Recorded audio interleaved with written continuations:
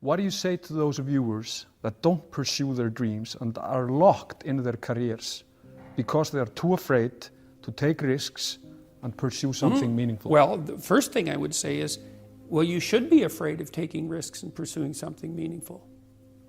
But you should be more afraid of staying where you are if it's making you miserable. It's like the first thing you want to do is dispense with the idea that you get to have any permanent security outside of your ability to contend and adapt. It's the same issue with children.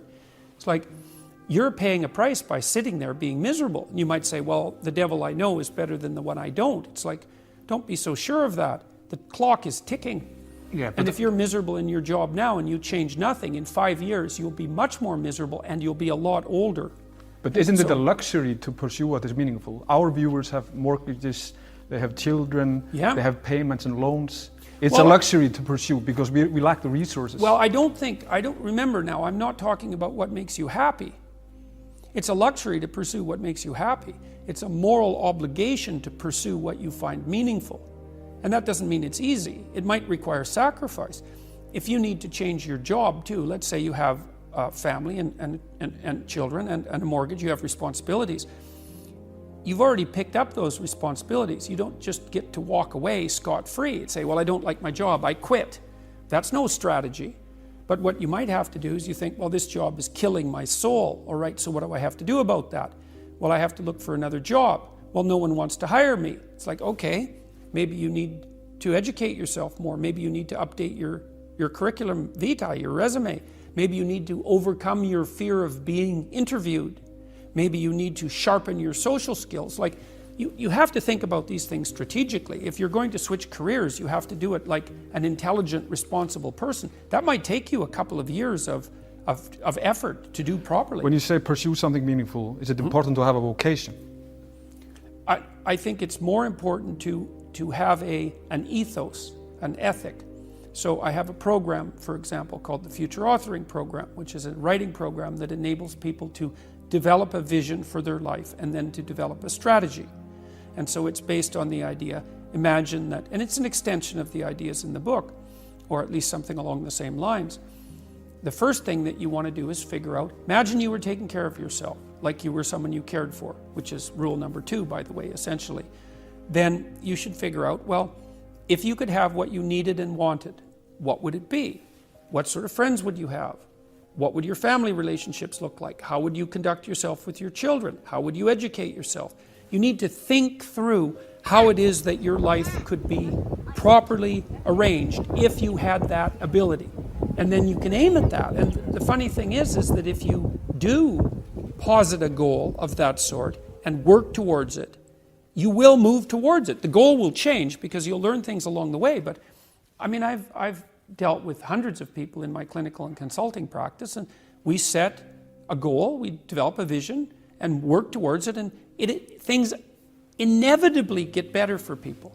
So it's not a luxury, it's difficult. It's a moral responsibility, and it isn't happiness. It's not, the pursuit isn't for happiness. It's a moral responsibility to pursue what is meaningful. Absolutely. Yeah. So when if you watch yourself, you say, well, I had a particularly good day at work.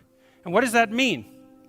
Well, it means that you lost your sense of time, right? Because when you're having not a good day at work, it's like, first it's 1 minute to 3, and then it's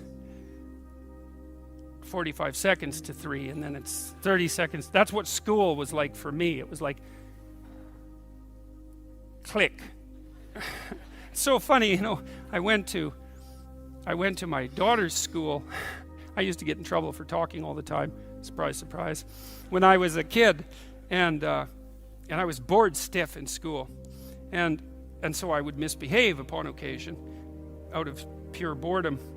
And about 21 years ago, I went to my daughter's school to sit for a class. It was about an hour long, and I was sitting there, and the teacher had all the kids on the floor and was having some of the kids read to the others, and some of the kids who were reading couldn't read at all. And I had exactly the same experience. I was sitting there, it was like being 7 years old again. I could see the clock going tick, tick. And I thought, you know, if I was in this classroom for 3 days, I would misbehave. 40 years old, I would misbehave exactly like I did when I was 6. No. Well, that's no place to be, right? Because you don't want to be in a place that's stultifying. You don't want to be in a place where there's no challenge. You might even quit your job if there's no challenge. Say, well, that's a good job. It gives you security. And you think, God, I can't stand this. It's eating away at my soul. It's all security and no challenge. So why do you want to challenge? Because that's what you're built for.